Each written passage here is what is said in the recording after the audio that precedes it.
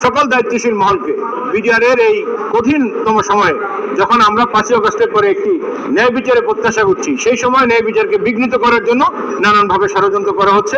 BDR পরিবারের পক্ষ থেকে সকল দায়িত্বশীল গণপ্রজাতন্ত্রী বাংলাদেশ সরকারের যে যেখানে আছেন, বিডিআর এর ব্যাপারে যদি কথা বলবেন দায়িত্ব নিয়ে সহমর্মিতার সাথে সত্য বলবেন, এটা আমরা আশা করি। আজকে 26শে ফেব্রুয়ারি, আপনারা জানেন যে 2009 সালের 25-26 ফেব্রুয়ারি পিলখানায় বিডিআর যে হত্যাযজ্ঞ ঘটেছে,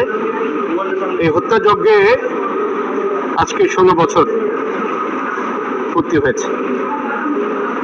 তো গতকালকে এবং আজকে আমরা সারাদিন অনেকবার এই বিডিআর ফ্যামিলির পক্ষ থেকে কথা বলেছি। আপনাদেরকে নতুন করে বলবার যে বিষয়টি, সেটি হচ্ছে এই, ইতিমধ্যে আপনারা জেনেছেন যে মহামান্য হাইকোর্টের নির্দেশনার আলোকে একটি তদন্ত কমিশন সরকার গঠন করেছে এবং এই তদন্ত কমিশনের মূল টার্মস এন্ড রেফারেন্স হচ্ছে এই, মহামান্য হাইকোর্টের কাছে এবং সরকারের কাছে এটি বিশ্বাসযোগ্যভাবে তারা আমলে নিয়েছেন যে বিডিআর এর যে হত্যাযজ্ঞ ঘটেছে, এই হত্যাযজ্ঞের যারা কুশীলব, যারা ষড়যন্ত্রকারী, যারা প্ল্যানার, যে মামলা হয়েছে সেই মামলা যে তদন্ত হয়েছে, এই কুশীলবরা, ষড়যন্ত্রকারীরা, অর্থ যোগানদাতারা, ন্যাশনাল এবং ইন্টারন্যাশনাল যে ষড়যন্ত্র ছিল,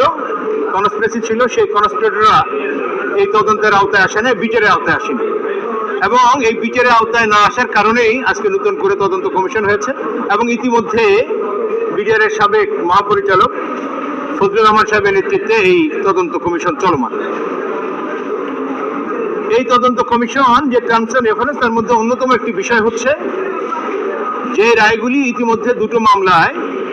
হত্যা মামলা ইতিমধ্যেই